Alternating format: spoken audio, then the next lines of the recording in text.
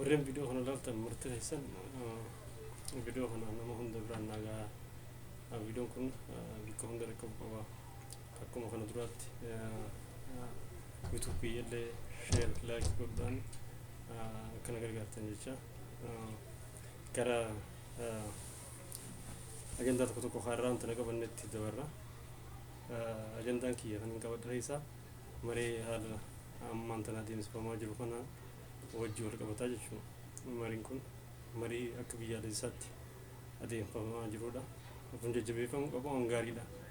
Garuu ta'ee bu'a qabeessummaa isaati irratti waan nama shakkisiisaa jechuudha. Bu'a qabeessummaan isaa hangam takka akka biyyaatti kufaatiin jirtu suphuudhaaf jalarraa kaasee uummanni akka uummataatti mari'atamaa haala nageenya isaati irratti haala fayyadamummaa isaati irratti haala paartii haala uummata haala biyyaa haala siyaasaa isaati irratti yoo kana ture akkaataatti mari'achaa ittiin ture sila yoo waan jiraatu ta'e kufaatiin hin dhufu jechuudha.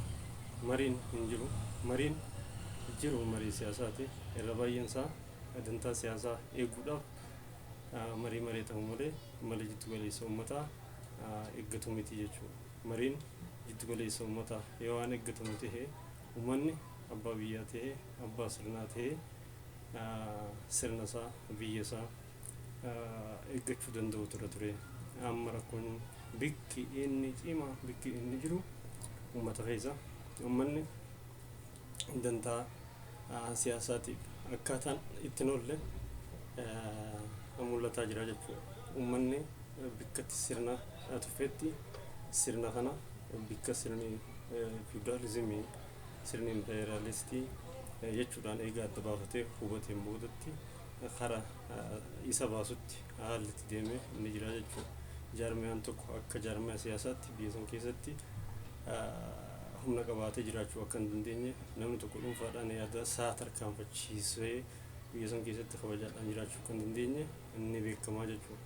Kun ta'uun irra hin turre gartuu muraasni faayidaa olii eeguudhaaf ijaaramanii akkaataan sirna fakkaatanii ittiin jiran nama tarkaanfachiisuu jechuudha. Ammallee sirnuma san cimsuudhaaf sirna saamaa sirna nama ajjeesu sirna nama godaansiisu kana eeguudhaaf qofa akkaataan itti wanti gargaraa mariin gargaraa itti taa'u yoo jiraatillee bu'a qabeessummaan isaa shakkii keessa nama galchaa jechuudha. Biyya keessaa fi biyya alaattis wanti adeemsifamu akkaataan dantaa uummataa irratti dantaa biyya sanii irratti dantaa sirna sanii irratti haalli itti hadheeffatanii namooti dubbatan jiraatullee dhageettummaa dhabuudhaan inumatu nama dubbatu haalatti ija diinaatiin itti ilaalanii gara tarkaanfiitti gara isaa tabsuutti gara isa dhabamsiisuutti akkaataan itti deemee wal nama barsiisuutti akka wal nama dhiyeessuu miti jechuudha. Kun ta'uun irra jiraatu ture garuu haalaan waan ana malee namni biraa jiraachuu kan dandeenyetti biyyi tun anumaan malee yoo namni biraa irratti waan dubbatu ta'e akka namaatti waan irratti dubbatu ta'e guutumaa guutuutti akka jiraachuu hin dandeenye anuma qabdi anumaan qofti faayidaa kiyya eessifadhee kabajaa kiyyaan biyya san fuulduratti hangaan fedhee sarbee mirga uummataatiis sarbee waan dimokiraasii jedhamutti dhagahuu dhiisee dantaa kiyyaaf haa jiraadhu anumaa fi ana bichaan jiraatti akkaataan jaametti deemu kun kana duraas ka ture bifa gorsaatiin illee yoo inni akkaataan itti adeemsifamaa hin turin hedduu waan nama ajaa'ibsiisu jechuudha. Kun deemee ifaajii namoota garaagaraatiin haallitti sirraa'u jiraatullee fuuldurallee abdii namatti toluu miti. Mariin mari'atamuu gaariidha.